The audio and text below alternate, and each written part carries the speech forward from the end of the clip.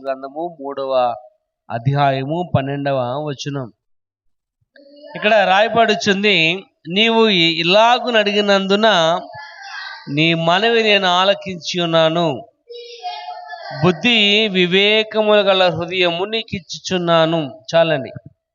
ఇక్కడ దేవుని యొక్క వాక్య భాగం రాయబడుచుంది, బుద్ధి వివేకము గల హృదయమును నీకు ఇస్తున్నాను అని. రాజైన సొలొమోను జ్ఞానము కొరకు దేవునికి మనవి చేసినప్పుడు దేవుడిచ్చిన జవాబు మనం చదువుకున్నాం ఇక్కడ వాక్య భాగం. ఎందుకంటే అతని తండ్రి అయిన దావీదు చనిపోయిన తర్వాత దావీదుకి బదులుగా సొలొమోను దేవుడు రాజుగా నియమించాడు. నియమించిన సమయంలో జరిగిన సన్నివేశం ఇక్కడ మనం నేర్చుకున్నాం. ఆ పై వచనములో 7వ వచనము మనం చదివినట్లయితే, నా దేవా యెహోవా, నీవు నా తండ్రి అయిన దావీదునకు బదులుగా నీ దాసుడనైన నన్ను రాజుగా నియమించి ఉన్నావు. అయితే నిన్న బాలుడను కార్యములు జరుపుటకు నాకు బుద్ధి చాలని ఇక్కడ రాయబడుచుంది, నీ సేవకుడైన మా తండ్రి గారు అయిన దావీదు తర్వాత నన్ను రాజుగా నియమిస్తున్నావు కనుక ఈ కార్యాలని యొక్క రాజ్యాన్ని పరిపాలించాలంటే నాకు బుద్ధి సరిపోదు అన్నప్పుడు ఆ కింద మాట మనం చదువుకున్నాం కదా 12వ వచనంలో, బుద్ధి వివేకములు గల హృదయమును నేను నీకు ఇస్తున్నా. ఎందుకంటే ఆ పై వచనము 9వ వచనంలో అంటున్నాడు, ఇంత గొప్పదైన నీ జనమునకు న్యాయం తీర్చగలవాడు, ఇంత గొప్ప జనమైన నీ ప్రజలకు న్యాయం తీర్చేవాడు ఎవడు కూడా లేడు, అంత దమ్ము కూడా ఎవరికి లేదు. కనుక ఇక్కడ అంటున్నాడు, సొలొమోను చేసిన ఈ మనవి ప్రభుకు అనుకూలమాయను గనుక ఆయన అంటున్నాడు, బుద్ధి వివేకములు గల హృదయాన్ని నీకు ఇస్తున్నా. ఈ ఉదయకాల సమయంలో దేవుని యొక్క వాక్యాన్ని నేర్చుకుంటున్నాం మనము. ఆయన కూడా మన యొక్క జీవితంలో బుద్ధి వివేకములు కలిగిన హృదయమును మనకి ఇవ్వాలంటే ఏం చేయాలి? ఎందుకంటే ఆయన అంటున్నాడు పై వచనంలో, ఇంత చూడండి, అయితే నేను బాలుడను కార్యములు జరిగించుటకు నాకు బుద్ధి చాలదు. ఇక్కడ ఏ పని చేయాలన్నా జ్ఞానం అనేది అవసరం. ఏ పని చేయాలన్నా బుద్ధి కావాలి. మనం అంటూ ఉంటారు, బుద్ధి లేదా నీకు, అలా చేసావు ఇలా చేసావు అని చాలా మాటలు వింటూ ఉంటా. జ్ఞానం లేదా, జ్ఞానంగా ప్రవర్తించాలి కదా అని. అంటే ఏ పని చేసినా ఆ పనికి తగిన జ్ఞానం అనేది ఉండాలి. జ్ఞానం లేకపోయినట్లయితే, బుద్ధి లేకపోయినట్లయితే, ఆలోచన లేకపోయినట్లయితే ఆ పని అనేది మనము పరిపూర్ణంగా చేయలేం. ఇక్కడ వాక్య భాగం రాయబడుతున్నట్లుగా మనం కూడా మన యొక్క జీవితంలో బుద్ధి వివేకములు గల హృదయమును మనం పొందుకోవాలి అంటే ఏం చేయాలి? కాబట్టి సొలొమోను యొక్క జీవితంలో ఏమి చేశాడో మనము ఏమి చేయవలసిన వారిగా ఉన్నామో నేర్చుకుందాం దినమున. ఏ విధముగా దేవుని యొక్క వాక్యము సెలవిస్తున్నట్లుగా బుద్ధి వివేకముల గల హృదయము నీకు ఇస్తున్నాను, పూర్వీకులలో నీ వంటి వాడు ఒకడును లేడు, ఇక మీదట నీ వంటి వాడు ఉండడు. ఎందుకంటే అతను అడిగిన విధానం అటువంటిది. ఎందుకంటే ఇక్కడ వాక్య భాగం రాయబడుచుంది, బుద్ధి వివేకములు కలిగిన హృదయము దేవుడు మనకు అనుగ్రహించును గాక. ఇక్కడ ఉదయకాల సమయంలో దేవుని యొక్క వాక్యం వింటున్న మనం ఏ విధముగా బుద్ధి వివేకం కలిగిన హృదయాన్ని మనం పొందుకునే వారిగా ఉండాలి అంటే అదే రాజుల గ్రంథము 3వ అధ్యాయము చూడండి 12వ వచనం ఒకసారి మనం చూద్దాం. మళ్ళా 3:12, నీవు ఇలాగున అడిగినందున నీ మనవి ఆలకించుచున్నాను. నీవు ఇలాగు అడిగినందున అని రాయబడుచుంది. అడిగినందున నీ మనవి నేను ఆలకించాను. కాబట్టి దేవుడు మన యొక్క ప్రార్థన, లేకపోతే మనకి ఆయన బుద్ధి వివేకములు గల హృదయముని దేవుడు మనకు దయచేయాలంటే మనం అడిగేవారిగా ఉండాలి. అక్కడ అంటున్నాడు, నీవు ఇలాగూ అడిగినందున అంటున్నాడు, నీవు అడగటం వల్లనే నేను నీకు బుద్ధి వివేకములు కలిగిన హృదయాన్ని నీకు ఇచ్చాను. ఇక్కడ ఉదయకాల సమయంలో మనం కూడా బుద్ధి వివేకము కలిగిన హృదయాన్ని మనం పొందుకోవాలి అంటే దేవుణ్ణి మనము అడగాలి. దేవుణ్ణి మనము అడగాలి. అడిగితే ఆయన తప్పకుండా ఇచ్చేవాడుగానే ఉన్నాడు. మత్తయి సువార్త 7వ అధ్యాయం 7వ వచనం రాయబడు, అడుగుడి మీకు ఇయ్యబడును, వెదకుడు మీకు దొరుకును. కాబట్టి మనము అడిగినట్లయితే తప్పకుండా ఆయన మనకి ఇచ్చేవాడుగా ఉన్నాడు. చూడండి, యోహాను సువార్త 15వ అధ్యాయము 7వ వచనం చూద్దాం. యోహాను సువార్త 15వ అధ్యాయము 7వ వచనం, నా యందు మీరును మీ యందు నా మాటలను మీకేది ఇష్టము అడుగుడి. ఇక్కడ రాయబడుచుంది మనం అడిగే వారికి ఉండాలి. ఆయన అంటున్నాడు, నీకు ఏది ఇష్టమో అడుగుడి, అది నీకు అనుగ్రహింపబడుతుంది. నీకు ఏది ఇష్టమో, మనకు చాలా ఇష్టాలు ఉంటాయి. మన ఇష్టాలు అడగం, కానీ అయిష్టాలన్నీ అడుగుతూ ఉంటాం. ఇష్టం మనం ఎప్పుడు కూడా అడగం, ఎందుకంటే ఆయన తప్పకుండా ఇస్తాడని. కానీ ఏదైతే మనకి అనవసరమో దాన్నే మనం ముందుగా అడుగుతూ ఉంటాం.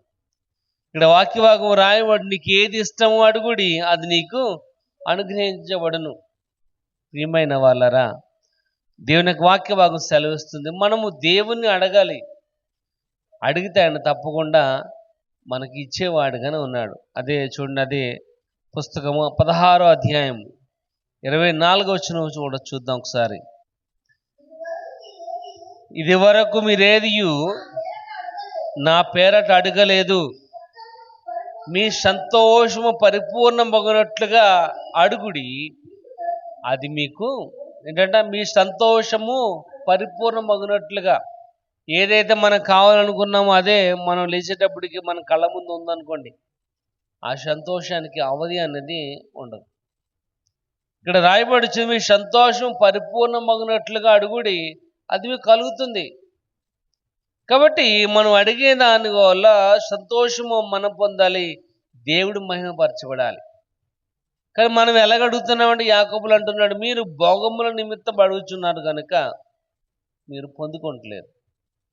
మీరు ఏదైతే అవసరం లేదో దాన్ని మీరు అడుగుతున్నారు కనుక మీరు పొందుకోవట్లేదు, కనుక అది మీకు రావట్లేదు, దానివల్ల ఉపయోగం లేదు.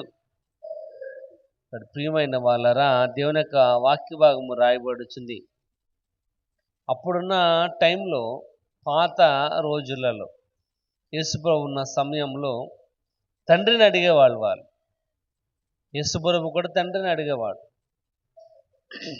కానీ ఇప్పుడు ఈ కొత్త నిబంధన కాలంలో మనం ఆలోచన చేసినట్లయితే, క్రీస్తే మీడియేటర్గా, మధ్యవర్తిగా, ఆయన ద్వారానే మనం దేవుని అడిగేవారుగా, తండ్రిని అడిగేవారుగా ఉండే విధముగా ఆయన ఇక్కడ తన యొక్క కార్యాన్ని నెరవేర్చడానికి ఇక్కడ రాయబడుతుంది. నా నామమున మీరేం అడిగినను మీ సంతోషం పరిపూర్ణమగినట్లుగా, మీకు ఏది ఇష్టమో అడిగినట్లుగా అంటున్నాడు.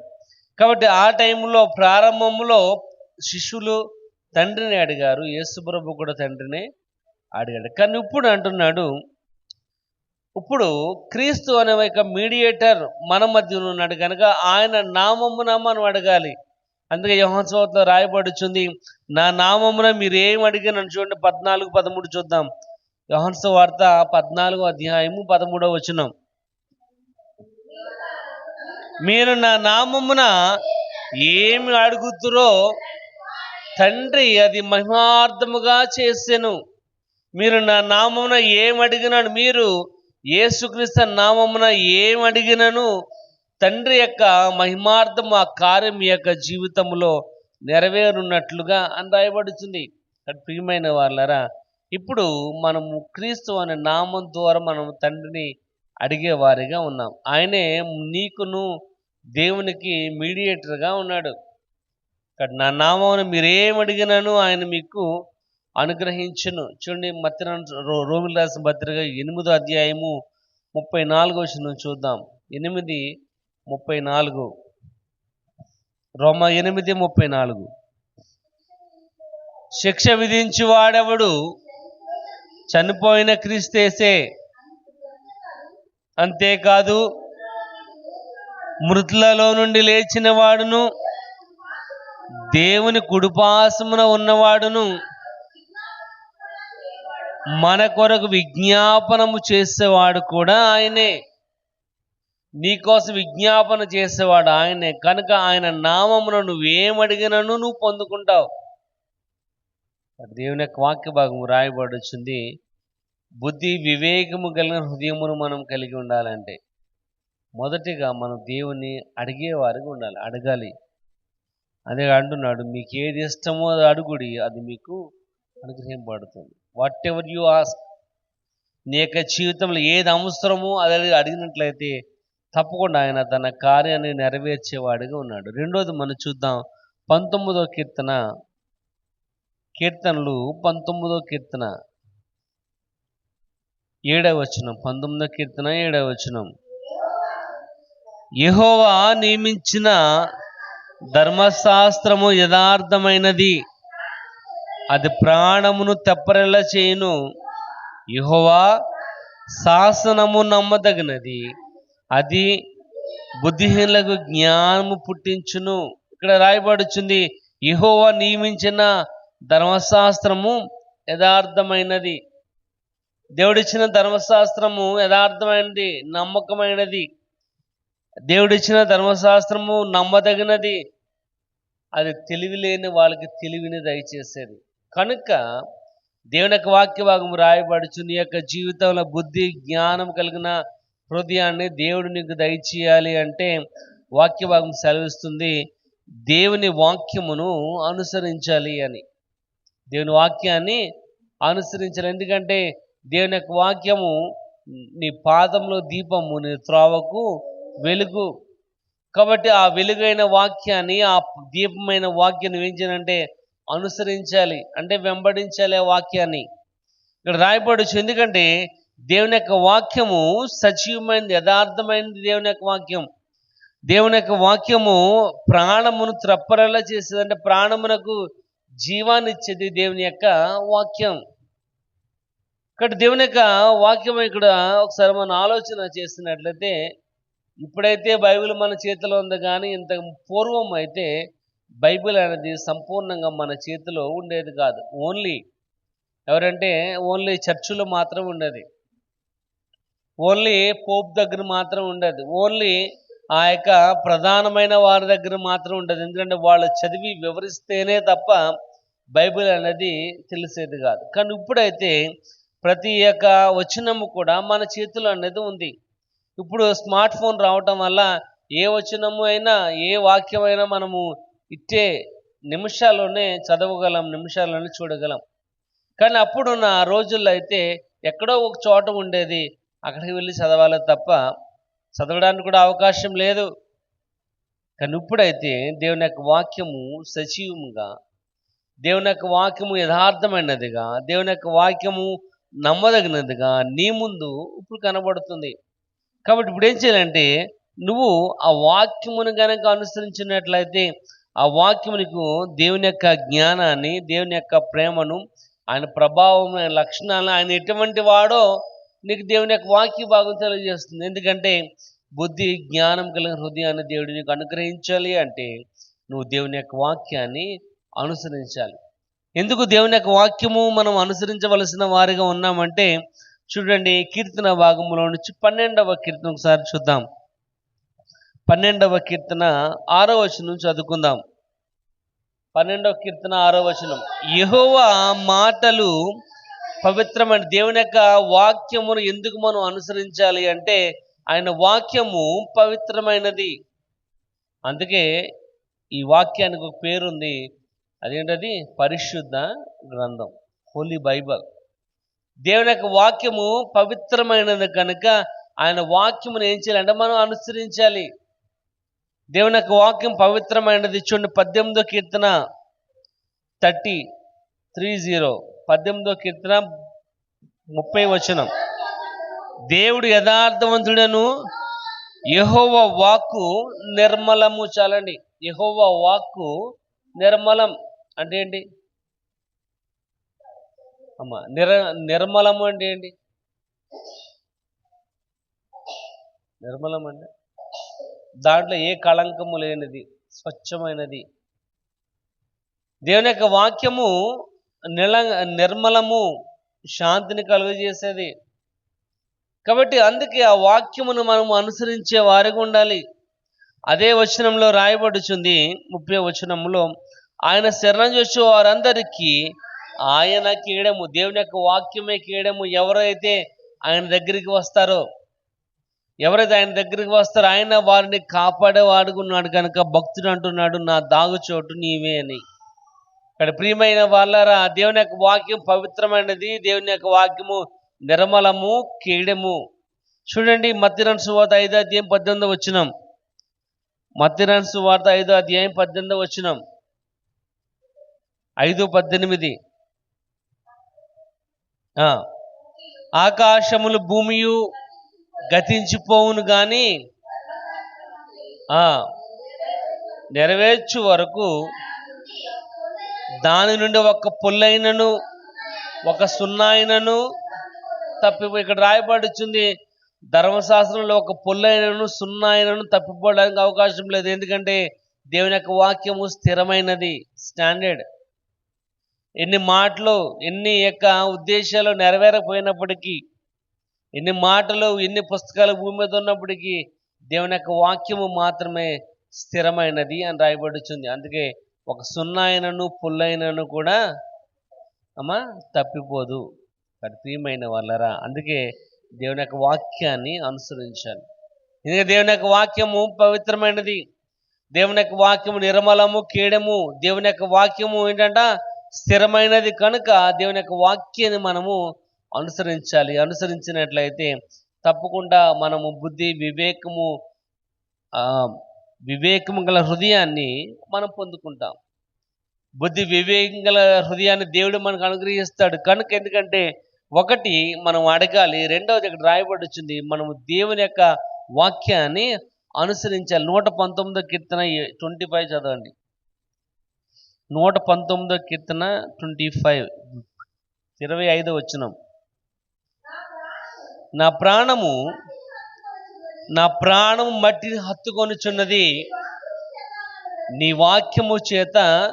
ఇక్కడ రాయబడి దేవుని యొక్క వాక్యము బ్రతికించేది. నీ వాక్యము చేత నన్ను బ్రతికించుము. కాబట్టి నువ్వు బ్రతకాలి అంటే దేవుని యొక్క వాక్యాన్ని అనుసరించాలి. నీ యొక్క జీవితంలో నువ్వు అభివృద్ధి పొందాలంటే దేవుని యొక్క వాక్యాన్ని అనుసరించాలి. చూడండి, 15వ అధ్యాయము యోహాను సువార్త 3వ వచనం కూడా చూద్దాం. 15వ అధ్యాయము 3వ వచనం యోహాను సువార్త.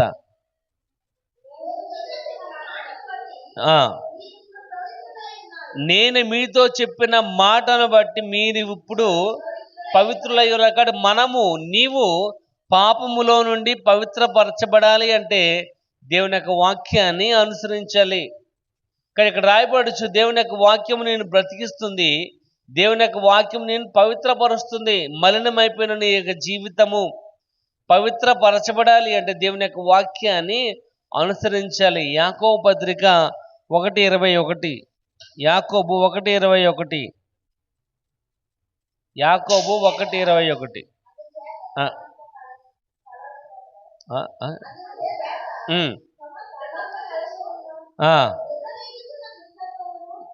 సమస్త కల్మషములను విర్రవీగుతున్న దుష్టత్వమును మాని లోపల నాటబడి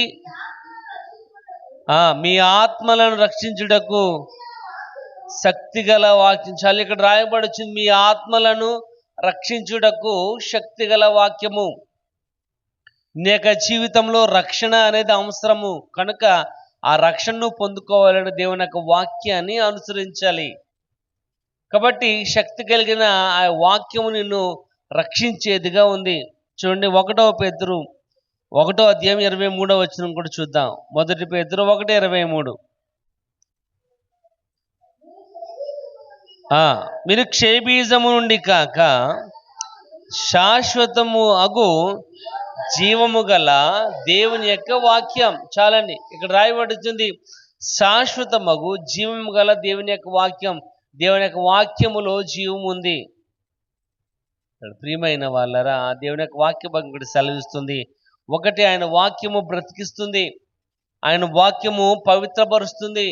ఆయన వాక్యము జీవమిస్తుంది, ఆయన వాక్యము నిన్ను రక్షిస్తుంది కనుక ఆ రక్షించే జీవ వాక్యమును నువ్వు అనుసరించాలి. అనుసరించినట్లయితేనే బుద్ధి వివేకము గల హృదయాన్ని దేవుడు నీకు అనుగ్రహిస్తాడు. ఇక్కడ ఉదయకాల దేవుని యొక్క వాక్యభాగం రాయబడుచున్నట్లుగా రెండవది దేవుని యొక్క వాక్యాన్ని మనం అనుసరించాలి.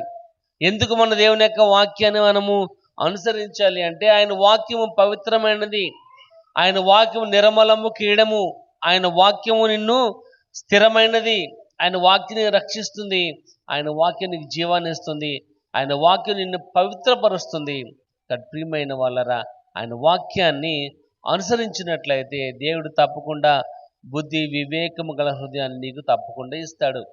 ఇక్కడ ఉదయకాల సమయంలో దేవుని యొక్క వాక్యం వింటున్నా నీవు, దేవుని యొక్క వాక్య సెలవిస్తుంది, దేవుని యొక్క వాక్యాన్ని నువ్వు అనుసరించాలి తప్పకుండా. మూడవది చూద్దాం. అదే మొదటి రాజుల గ్రంథము 3వ అధ్యాయం. మొదటి రాజుల గ్రంథము 3వ అధ్యాయం 4వ వచనం చూద్దాం. గిబియోను ముఖ్యమైన ఉన్నత స్థలమై ఉండెను గనుక బలులను అర్పించుటకై రాజు అక్కడికి పోయి ఆ బలిపీఠం మీద 1000 దహన బలులను అర్పించెను. ఎప్పుడైతే అక్కడ వాక్యభాగము రాయబడుతుంది, యెహోవా నామమున కట్టబడిన మందిరము లేనప్పుడు వారు కొన్ని ప్రాముఖ్యమైన ప్రదేశాలు ఉంటాయి. ఆ ప్రదేశాలకు వెళ్ళి వారు బలులను అర్పించే వారుగా కనబడుతున్నారు. చూడండి, అక్కడే రాయబడుతుంది 2వ వచనంలో, ఆ దినములో యెహోవా నామమున కట్టబడిన మందిరము లేకపోగా జనులు ఉన్నత స్థలములయందు మాత్రమే. ఇక్కడ రాయబడుతుంది, యెహోవా నామమున కట్టబడిన మందిరము వారికి లేనప్పుడు వారికి కొన్ని ప్రాముఖ్యమైన ప్రదేశాలు ఉంటాయి. ఆ ప్రదేశాల్లోకి వెళ్ళి వాళ్ళు దహన బలులను అర్పించేవారు ఉన్నారు. బలి అంటే దేవుని ఆరాధించడం, బలిపీఠం అంటే దేవుని స్తుతించడం. ఇక్కడ మూడోది రాయబడుచుంది, బుద్ధి వివేకము గల హృదయాన్ని దేవుడు నీకు అనుగ్రహించాలి అంటే సమర్పణ జీవితము, ఆరాధన జీవితం నీకు కలిగి ఉండాలి. సమర్పించుకోవాలి దేవుని స్తుతించడానికి. దేవుడు ఆత్మ కనుక ఆరాధించేవారు ఆత్మతోనూ సత్యముతోనూ ఆరాధించేవారు. ప్రియమైన వాళ్ళరా, సమర్పణ కావాలి, డెడికేషన్ కావాలి. అటువంటి యొక్క జీవితం నువ్వు కలిగి ఉన్నట్లయితేనే దేవుడు నీకు బుద్ధి జ్ఞానమును అనుగ్రహించగలడు. మన యొక్క జీవితంలో డెడికేషన్ అనేది తక్కువ, ఏంటంటే సమర్పణ అనేది తక్కువ. సమర్పణ అనేది తక్కువ కనుక మనం ఏం చేస్తున్నామంటే ఒక వారం వస్తాం, ఒక రోజు వస్తాం, ఇంకో రోజు రాం. సమర్పణ అనేది లేకపోవటం వల్ల. కానీ మనకు దేనికి సమర్పణ ఉంటుందంటే మనకి ఏదైతే లాభాన్ని చేకూరుస్తుందో దానికి మనకు సమర్పణ ఉంటుంది. వారు మనం పిలగపోయినా మనం బయలుదేరిపోతూ ఉంటాం. కానీ ఏదైతే ఉపయోగకరంగా ఉంటుందో దానికి మనం వెనకడుగు వేస్తూ ఉంటాం. దేవుని యొక్క వాక్యభాగం రాయబడుతుంది, సమర్పణ జీవితం కలిగి ఉండాలి. చూడండి, 12వ అధ్యాయము రోమీయులకు రాసిన పత్రిక 1వ వచనం చూద్దాం. కాబట్టి సహోదరులారా, పరిశుద్ధమును దేవునికి అనుకూలమైన సజీవ యాగముగా మీ శరీరములను ఆయనకు సమర్పించుకోవాలి. ఏంటంటే సజీవ యాగముగా మీ శరీరములను ఆయనకు సమర్పించుకోవాలి. సమర్పణ కలిగిన వారికి ఉండాలి. ఎప్పుడైతే మన యొక్క జీవితంలో సమర్పణ అనేది కలిగిందో, ఎప్పుడైతే సమర్పణ ఎప్పుడైతే మనము నిర్ణయించుకున్నామో ఒక్క నిమిషం కూడా ఆలస్యం చేయడానికి కూడా మన మనస్సు అనేది ఒప్పుకోదు. సమర్పణ లేకపోవడం వల్ల ఈరోజు కాదు రేపు, రేపు కాదు ఎల్లుండా అని వాయిదాలు వేసుకుంటూనే వెళ్ళిపోతూ ఉంటాం. ప్రియమైన వాళ్ళరా, సమర్పణ కలిగిన జీవితం అనేది ఉన్నట్లయితే దేవుడు తప్పకుండా బుద్ధి జ్ఞానం గల హృదయాన్ని దేవుడు నీకు అనుగ్రహించగలడు. ప్రియమైన వాళ్ళరా, ఎందుకంటే మన అర్పణ ఇక్కడ రాయబడుచుంది 12వ వచనంలో, మన అర్పణ సజీవమైనది, మన అర్పణ పవిత్రమైనది, మన అర్పణ దేవునికి ప్రీతికరమైనది కనుక సజీవ యాగముగా మీ హృదయములను దేవునికి సమర్పించుకోవాలి. కాబట్టి అటువంటి యొక్క సమర్పణ కలిగిన జీవితం అనేది కలిగి ఉండాలి. ఒకసారి చూడండి, అదే రాజుల గ్రంథం ఒకసారి చూద్దాం. 3వ అధ్యాయము 3వ వచనం ఒకసారి చూడండి. 3:3 మొదటి రాజులు. తన తండ్రి అయిన దావీదు నియమించిన కట్టడలను అనుసరించుచు సొలొమోను యెహోవా యందు ప్రేమ ఉంచెను. చాలండి, ఇక్కడ రాయబడుచుంది తన తండ్రి అయిన దావీదు నియమించిన కట్టడలను అనుసరించుచు అని రాయబడుచుంది. అంటే దేవుడు దావీదు ఏమైతే నిర్ణయించాడో, దావీదు ఏ విధంగా అయితే బలి అర్పించాలన్నాడో, దావీదు ఏ విధంగా అయితే బలి ఇవ్వడానికి తగిన జాగ్రత్తలు చెప్పాడో అవన్నీ కూడా సొలొమోను ఏం చేశాడంట, చూశాడు, నేర్చుకున్నాడు. కనుక తన తండ్రి అయిన దావీదు ఎలా చేశాడో అలాగూ సొలొమోను కూడా చేయడానికి తన హృదయాన్ని ఏం చేశాడంటే సమర్పించుకున్నాడు. అంటే వాళ్ళని చూసి, దావీదుని చూసి సొలొమోను ఏం చేశాడంటే నేర్చుకున్నాడు ఏ విధంగా దేవునికి దహన బలిని అర్పించాలి. కాబట్టి మనం కూడా సమర్పించుకోవాలి మన పిల్లలను దేవుని యొక్క పరిచర్యలు ఇంకా నాకంటే బాగా వాడబడాలి అని. కానీ మనం సమర్పించుకుంటున్నామంటే లేదు, మనమే ఆలస్యంగా వస్తాం, ఇంకా పిల్లలు ఎలాగ వస్తారు ఫాస్ట్గా. మనమే రాము ఒక నెల, మనమే రాము ఒకరోజు, పిల్లల్ని ఎలా రాగలరు? తన వాక్య భయం రాయబడుచుంది, దావీదు నియమించిన కట్టడలను సొలొమోను అనుసరించి చేసి దేవునికి ఇష్టమైనట్లుగా దహన బలిని అర్పించినట్లుగా కనబడుతుంది. కానీ ప్రియమైన వాళ్ళరా, దేవుని యొక్క వాక్య భాగం సెలవిస్తున్నట్లుగా, దేవుని యొక్క వాక్య భాగం తెలియజేస్తున్నట్లుగా మన యొక్క జీవితంలో సమర్పణ అనే జీవితాన్ని కలిగి ఉండాలి. సమర్పణ కలగాలి. దేవుని కోసము, దేవుని యొక్క పరిచర్య కోసము నా యొక్క జీవితము దేవుని కోసమే అన్నట్లుగా మనం ఎప్పుడైతే జీవించామో ఆయన తప్పకుండా బుద్ధి వివేకం కలిగిన హృదయాన్ని ఆయన మనకిచ్చేవాడుగా ఉన్నాడు. ఇక్కడ సొలొమోను యొక్క జీవితంలో 5వ వచనంలో రాయబడుచుంది, చూడండి ఒకసారి. గిబియోనులోనున్న యెహోవా రాత్రి వేళ స్వప్నమందు సొలొమోనుకు ప్రత్యక్షమై, నేను నీకు దేనిని చూడడానికి ఇష్టమో.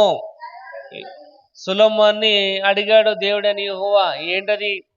నేను నీకు ఏది ఇవ్వాలని నీకు ఇష్టపడుతున్నావో, ఎందుకంటే నువ్వు తర్వాత జనానికి రాజుగా నేను నిన్ను నియమించబోతున్నాను కనుక, తర్వాత జనాన్ని నువ్వు ప్రాముఖ్యమైన వాడిగా నేను నిన్ను నియమించబోతున్నాను కనుక నీకు ఏది కావాలో అడిగాడు.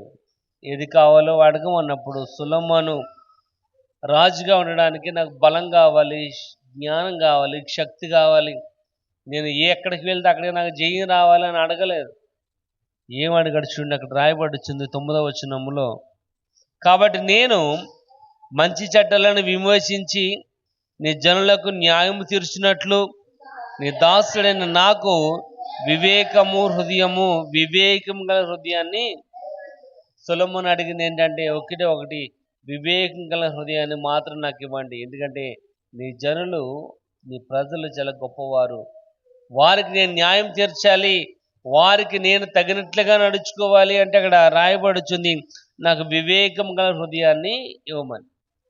ఇంకా ఏం అడగలేదు. కానీ అదే ప్లేస్లో కనుక మనం ఉన్నట్లయితే మనం అడుగుతాం, నాకు కారు కావాలి, ఒక ఇల్లు కావాలి, ఒక టీవీ కావాలి.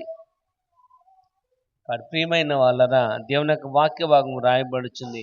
అందుకే దేవుడైన యెహోవా ఆ వివేకం గల హృదయముతో పాటు చూడండి, అక్కడ రాయబడుచుంది 11వ వచనంలో, దేవుడు అతనికి ఇలాగ సెలవిచ్చెను, దీర్ఘాయువును ఐశ్వర్యమును శత్రువుల ప్రాణమును అడగక న్యాయమును గ్రహించుటకు వివేకం అనుగ్రహించమని నీవు అడిగితివి కనుక.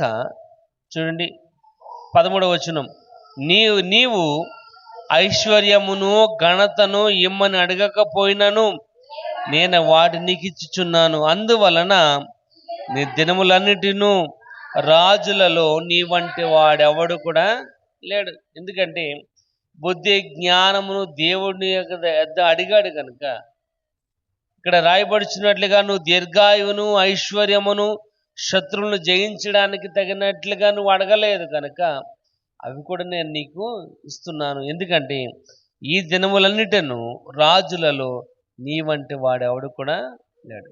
సొలొమోను రాజుకి ఆయనకున్నంత ప్రాముఖ్యత, ఘనత ఇంకా ఏ రాజు కూడా లేదు. ఎందుకంటే సొలొమోను తన యొక్క జీవితంలో అడిగాడు, ప్రభువా నాకు బుద్ధి జ్ఞానం మాత్రం ఇవి చాలు, ఇంకేం వద్దు నాకు, ఆ తెలివి ఇవి నాకు చాలు, ఇంకేం వద్దు. కానీ ఆయన దేవుడి ప్రేమ కలిగిన వాడు కనుక సొలొమోను అడిగినట్లుగా బుద్ధి జ్ఞానముతో పాటుగా దీర్ఘాయువును, ఐశ్వర్యమును, శత్రువుల మీద జయమును, ఇక్కడ రాయబడుచుంది సమస్తమును ఏదైతే ఒక రాజుకి ఉండాలో అవన్నీ కూడా ఘనతను అంతా కూడా సొలొమోనుకి ఇవ్వడం జరిగింది. అక్కడ ప్రియమైన వాళ్ళరా, దేవుని యొక్క వాక్య భాగము రాయబడుచుంది. ఈ యొక్క జీవితంలో బుద్ధి వివేకములు కలిగిన హృదయాన్ని దేవుడు నీకు అనుగ్రహించాలి. పొందుకోవాలి అంటే ఒకటి, నువ్వు దేవుణ్ణి అడగాలి. రెండోది రాయబడుచుంది ఇక్కడ, రెండవది ఏంటంటే ఆయన వాక్యాన్ని అనుసరించాలి. మూడోది మనం నేర్చుకున్నాం, సమర్పణ కలిగిన హృదయాన్ని, సమర్పణ కలిగిన జీవితాన్ని మనం కలిగి ఉండాలి. ఎప్పుడైతే మనం కలిగి ఉన్నామో దేవుడు తప్పకుండా మన యొక్క జీవితంలో బుద్ధి జ్ఞానం వివేకములను తప్పకుండా దయచేయునుగాక.